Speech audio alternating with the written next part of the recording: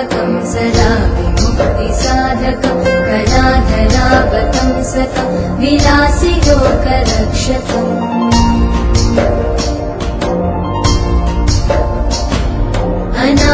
अनायकैकनायकं विनाशिते भदैत्यकं नताशुभाशुनाशकं नमामि तं विनायकम्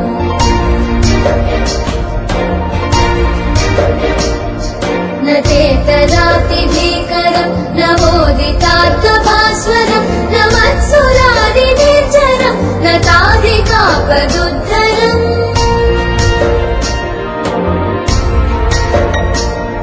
सुरेश्वरं निधीश्वरं गजेश्वरं गणेश्वरं महेश्वरं तमाश्रये परात्परं निरन्तरम् समस्तलोकशङ्करं निरस्तदैत्यकुञ्जरं गदेतरोदरं वरं वरे भवक्रमक्षरम् कृपाकरं क्षमाकरं मुदाकरं यशस्करं